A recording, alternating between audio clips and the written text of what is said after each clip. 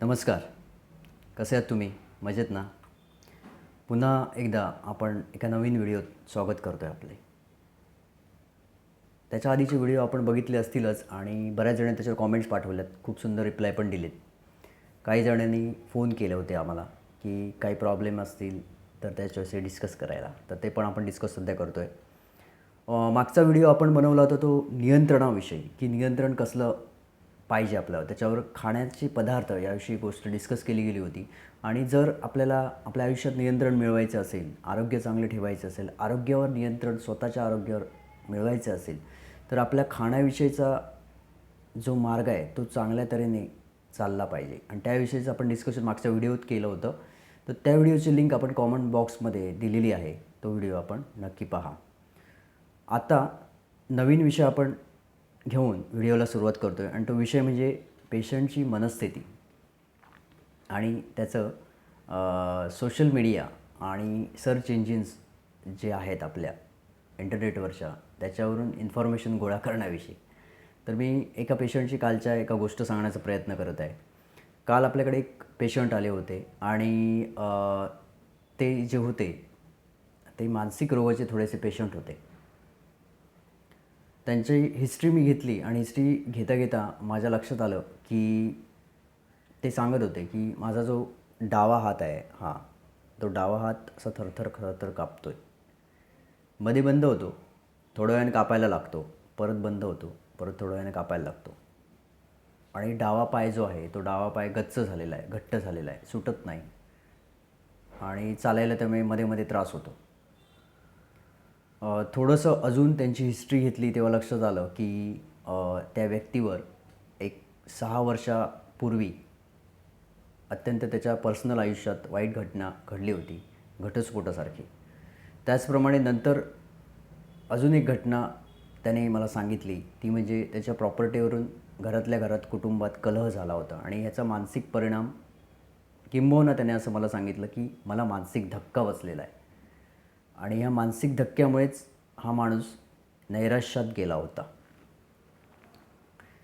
खूप डिप्रेशन होतं, सतत नैराश्यातच जगायचा, अशा प्रकारची त्याची गोष्ट होती.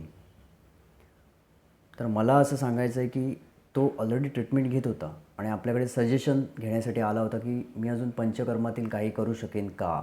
तर आम्ही त्याला सांगितलं की बस्ती आणि शिरोधारा हे 2 पंचकर्माची जी कर्म आहेत किंवा चिकित्सा आहेत त्या जर केल्या तर शारीरिक आणि मानसिक आरोग्य खूप सुंदररित्या चांगलं राहू शकतं आणि आपले जे प्रॉब्लेम्स आहेत त्याच्यातून आपल्याला सुटका मिळू शकते.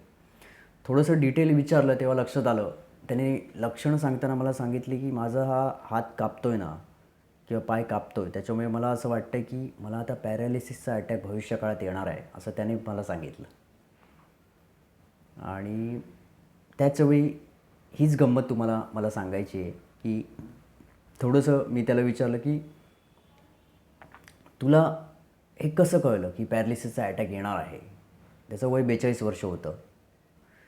त्याने मला सांगितलं की मी गुगलवर असं वाचलेलं आहे की ती लक्षणं मला दिसली सोशल वेबसाईटवर, सर्च इंजिनमध्ये, की ही लक्षणं आहेत आणि तीच लक्षणं मला पण आहेत आणि त्याच्यामुळे मला हा आजार भविष्यात होणार असं मला वाटत आहे. तर किंबहुना ही परिस्थिती आहे ही फक्त त्या एकट्याचीच नाही आहे, तर आपल्या आजूबाजूला जेवढी माणसं आहेत जी सोशल मीडिया खूप मोठ्या प्रमाणात वापरत आहेत, इंटरनेटचा वापर करत आहेत, कॉम्प्युटरचा वापर करत आहेत आणि सतत त्या सर्च इंजिन्सवर पडलेली असतात, काय ना काय शोधत असतात आणि आपली हेल्थविषयकची इन्फॉर्मेशन असेल ती सर्च इंजिनवरच शोधतात. आपणच निदान करतायत आणि ट्रीटमेंट पण तिथे दिसते, औषधं दिसत आहेत, ती औषधं आपणच केमिस्टकडे जातात आणि घेतात आणि बरं होण्याचा प्रयत्न करतात. अशा प्रकारच्या व्यक्तींची संख्या वाढत चाललेली आहे. त्यांच्या आयुष्यात ते रोग ॲक्च्युली नाही आहेत, पण तसा सतत विचार करत राहत आहेत की मला असं झालं आहे का, मला तसं झालं आहे का. मग काही लक्षणं त्याच्यातली आपोआपच त्या आजाराशी जुळतात आणि आजारांची लक्षणं जुळली की आपल्याला वाटतं अरे मला तोच रोग झालेला आहे. म्हणजे काल्पनिक अवस्थेत जात आहेत, पण आपल्या हे लक्षात येत नाही आणि ॲक्च्युली तो रोग नंतर भविष्यात त्यांच्या आयुष्यात निर्माण होतो. तर हे कसं होतं, जेव्हा आपण एखाद्या प्लॅटफॉर्मवर जाऊन बघतो की अमुक रोगाची लक्षणं आहेत, ती रोगाची लक्षणं आणि मला झालेला प्रॉब्लेम हा सेमच आहे. मग आपण त्या पद्धतीने विचार करायला लागतो. विचार हा सतत असतो, त्यामुळे तो सतत कंटिन्यूशनमध्ये असल्यामुळे वाढत जातो विचार. रोज आपण सकाळ, दुपार, संध्याकाळ, रात्र तोच विचार करणं चालू आहे. शेवटी मेंदूकडे असा सिग्नल जातो की आता बहुतेक हा रोग आपल्याला निर्माण करायचा आहे. आणि त्याच्यामुळे अशा प्रकारच्या काही पॉझिटिव्ह गोष्टी निर्माण होतात, जेणेकरून भविष्यात थोड्या दिवसांनी किंवा थोड्या महिन्यांनी हा विचार जर कंटिन्यूशनमध्ये असेल तर तो रोग निर्माण ॲक्च्युली होतो तुमच्या शरीरात.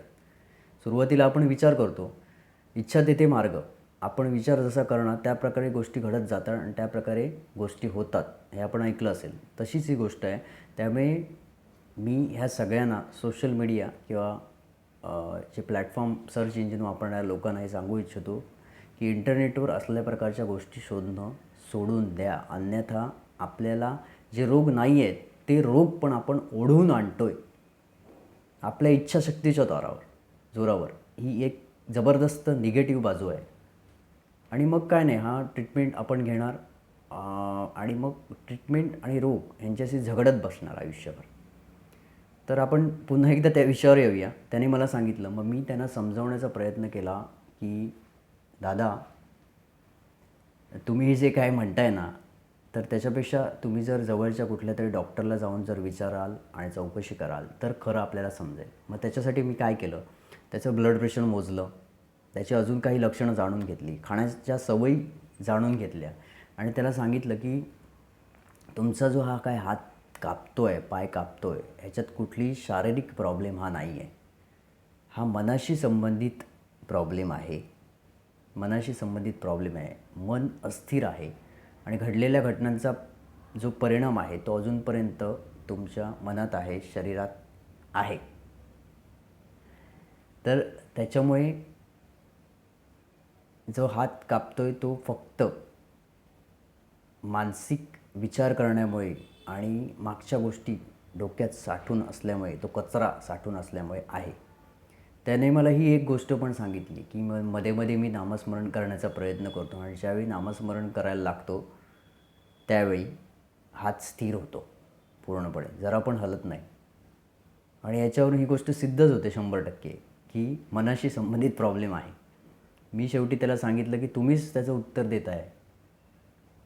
तुम्ही प्रश्न घेऊन आलात, त्याचं उत्तर तुम्ही स्वतःच दिलात की नामस्मरण केल्यामुळे हात स्थिर होतो, म्हणजे 100% हा मानसिकच प्रॉब्लेम आहे, मनाशी संबंधित प्रॉब्लेम आहे. आणि त्यांना हे सांगितलं की जर ह्याच्यापुढे कुठल्याही प्रकारची लक्षणं तुम्हाला दिसत असतील तर जवळ असलेल्या आयुर्वेदिक, होमिओपॅथी, ॲलोपॅथी कुठले जे डॉक्टर असतील त्यांच्याकडे तुम्ही जावा आणि त्या अशा प्रकारच्या तज्ज्ञांकडून जाणून घ्या की खरोखर आपल्याला हा रोग झाला आहे का, की काल्पनिक रोग आहे. म्हणजे तो व्यक्ती मानत होता की हा शारीरिक रोग आहे आणि त्याच्यामुळे मला शरीराचं काहीतरी अजून पॅरालिसिस वगैरे होणार आहे. पण हा रोग मानसिक आहे आणि मानसिक रोगाची ट्रीटमेंट देण्याची पद्धत वेगळी असते. म्हणूनच आम्ही त्याला शिरोधरा सांगितली. शिरोधरा मानसिक रोगाचं अतिशय उत्तम औषध आहे, मन स्थिर होणार.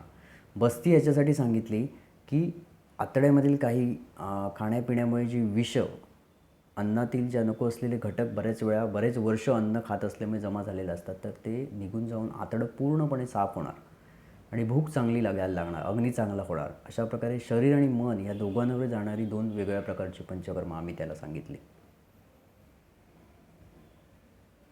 पुढच्या वेळेपासून त्यांची पंचकर्म आम्ही सुरू करणार आहोत. तर मला या व्हिडिओतून तुम्हाला सांगावं असं वाटतं की चुकीच्या माणसांच्या हातात आपल्या आयुष्याची दोरी, आपल्या आयुष्याचं नियंत्रण देऊ नका. त्याच्यामध्ये इन्फ्लुएन्सर, यूट्यूबर, त्याचप्रमाणे डॉक्टर नसणारे ज्या काही व्यक्ती आहेत त्या सगळ्या आहेत. आणि डॉक्टर असलेल्या ज्या व्यक्ती आहेत ना, त्या 2%च व्हिडिओ बनवत आहेत किंवा माहिती सांगत आहेत किंवा किंबहुना त्यांना भेटल्यावरच ते सांगत आहेत. पण इतर जी कोण माणसं आहेत ज्यांना व्यवसाय करायचा आहे, प्रॉडक्ट सेल करायची आहेत, हेल्थ प्रॉडक्ट सेल करायची आहेत, किंबहुना ज्यांना आपला स्वार्थ साधून घ्यायचा आहे, अशा प्रकारच्या व्यक्तीच सोशल प्लॅटफॉर्मवर आणि मीडियावर जास्त दिसतात आणि ज्या आपल्या तब्येतीचं स्वतःचं म्हणजे आपल्या सगळ्यांचं नुकसान करतायत, हे लक्षात ठेवा. जर आपल्यापैकी कोणालाही स्वतःच्या तब्येतीची खरोखर काळजी असेल तर जवळ असलेल्या तज्ज्ञांकडेच जावा, जे डॉक्टर आहेत, ज्यांच्याकडे ऑथॉरिटी आहे, आणि त्यांच्याकडून स्वतःच्या शरीराची परिस्थिती जाणून घ्या आणि मगच काय तो निर्णय घ्या.